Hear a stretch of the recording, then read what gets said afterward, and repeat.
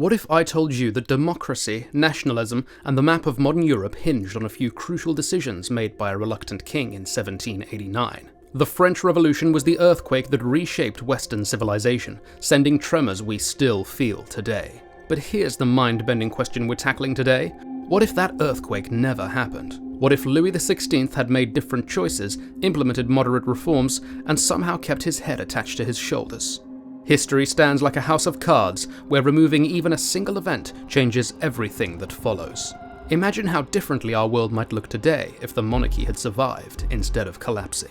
The peaceful reform, how Louis XVI saves his kingdom and his head. Let's rewind history and imagine a king who actually listened to his advisors. What if Louis XVI had the courage to stand up to the nobility and implement the reforms his finance ministers suggested? Instead of losing his head, he might have saved his kingdom and reshaped European history. By 1789, France was teetering on the brink of financial collapse. The royal coffers were practically empty, with a staggering debt of over 4 billion livres. Supporting the American Revolution had depleted French resources, and the tax system was fundamentally broken. The wealthy nobility and clergy enjoyed tax exemptions, while peasants shouldered crushing burdens. Louis XVI faced a pivotal choice. Like a chess player making a move that would determine the entire game. He could call the Estates General or take one final shot at reform. In actual history, he chose the former, eventually losing both crown and head. But what if he'd chosen differently? In our alternate timeline, Louis finds his backbone. He embraces the radical financial reforms proposed by ministers Turgot and Necker, extending taxation to all classes. This bold move not only increases state revenue, but addresses one of the common people's fundamental grievances: tax inequality. When the nobility protests, Louis stands firm. He forms a strategic alliance with the bourgeoisie, the educated, wealthy middle class long denied political power, despite their economic importance. He also recruits moderate nobles who recognize that modest sacrifices now might prevent total loss later. This coalition enables reforms previously considered impossible.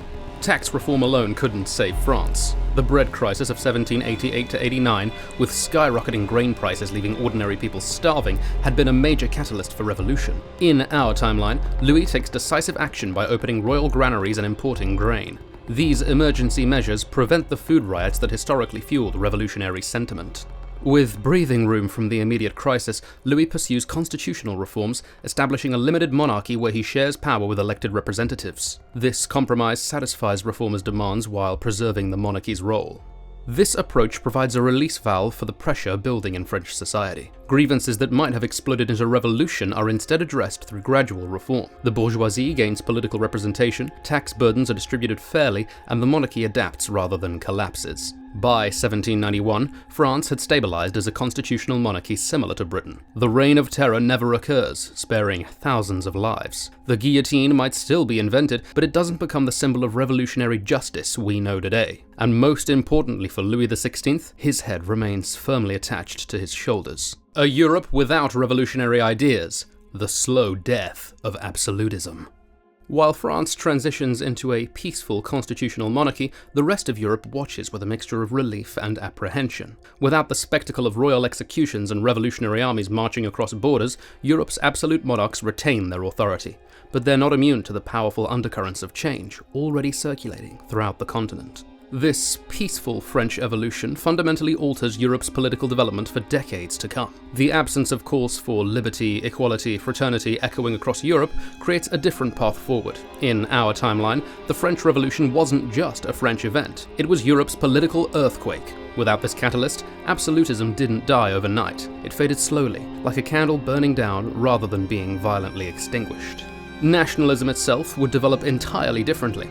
Without Napoleon's armies forcing populations to define themselves against French domination, national identities would form more organically around shared language and culture rather than political resistance. The impact would be especially visible in regions historically occupied by Napoleon. Belgium and parts of Italy, which received the revolutionary package deal of the Napoleonic Code, abolishing feudal privileges and establishing legal equality, would instead remain under traditional systems much longer. Italian unification might be delayed until the 1880s without the French reforms that historically helped Italians become aware of a common nationality. Eastern Europe presents a fascinating contrast. Areas untouched by French occupation already saw nationalism develop through cultural roots rather than political upheaval. This pattern would likely extend across much more of Europe in our alternate timeline. The Holy Roman Empire's complex patchwork of over 300 different states would likely survive well beyond 1806. German unification would follow a slower path, possibly taking until the late 19th century, driven by cultural movements rather than Prussian military power. Enlightenment ideas would continue spreading, not stalling. Denmark and Sweden demonstrate how political evolution could occur peacefully. Denmark gradually moved from absolutism to a liberal constitutional system between 1750 and 1850 through internal reformers rather than revolutionary pressure. The American Revolution would still offer Europe a republican model, but its influence would remain more limited without the French amplification. Democratic institutions would develop through reform rather than revolution, taking decades longer, but potentially sparing Europe the reactionary backlash that historically followed 1789. Germany's evolution would likely follow reformist lines from the beginning, slow, methodical, and transformative without the violent upheavals that punctuated the 19th century, perhaps creating a more federated system than the centralized empire that historically emerged. The industrial and cultural butterfly effect, a different modern world. Antoine Lavoisier sits in his laboratory in 1794, carefully measuring gases in his revolutionary apparatus. In our timeline, this brilliant mind, the father of modern chemistry, had already lost his head to the guillotine, his science career ending with the cold declaration that the Republic has no need for scientists. But in our revolution-free world, his genius continues uninterrupted, potentially accelerating scientific progress by decades, while the cultural landscape around him evolves along entirely unfamiliar paths. As science advances undisturbed, the fabric of art and culture weaves a different story. The cultural canvas of Europe remains unpainted by revolutionary colors. The Romantic movement, born from the revolutionary trauma, might never materialize as we know it. Delacroix's passionate paintings, Byron's rebellious poetry, Beethoven's stirring compositions would take dramatically different forms. The Enlightenment's rational approach continues without the emotional counter-reaction that historically challenged it. Picture yourself walking through the Louvre in this alternate timeline. The walls display radically different works, dominated by neoclassical order rather than romantic turbulence. Literature celebrates reason instead of emotional experience. Would this world feel more calculated, less passionate? Or would other catalysts eventually challenge pure rationality? The economic landscape transforms similarly. Without 25 years of revolutionary wars disrupting European trade, industrial development follows a steadier course.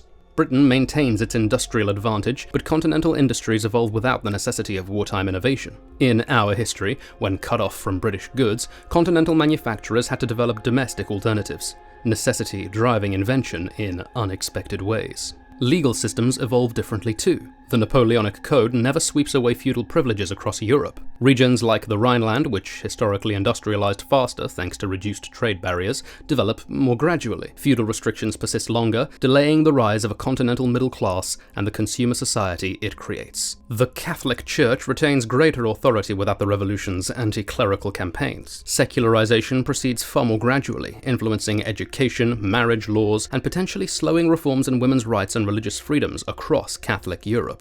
North America's map changes dramatically. Without Napoleon's war-drained treasury, France never sells Louisiana to the United States in 1803. That massive territory, stretching from the Mississippi River to the Rocky Mountains, remains European for decades longer, halting American expansion at the Mississippi. Indigenous peoples gain crucial time to adapt, potentially altering their historical fate. The Mexican-American War might never occur, completely redrawing the continental boundaries we know today. What emerges is a world developing more gradually toward modernity. The industrial age arrives, democracy spreads, nations form, but along gentler slopes rather than revolutionary cliffs. Scientific advancement continues, possibly accelerated without war's disruptions, while potentially slowed without breaking the traditional constraints. Conclusion. So here we are at the end of our alternate journey, a world without the French Revolution.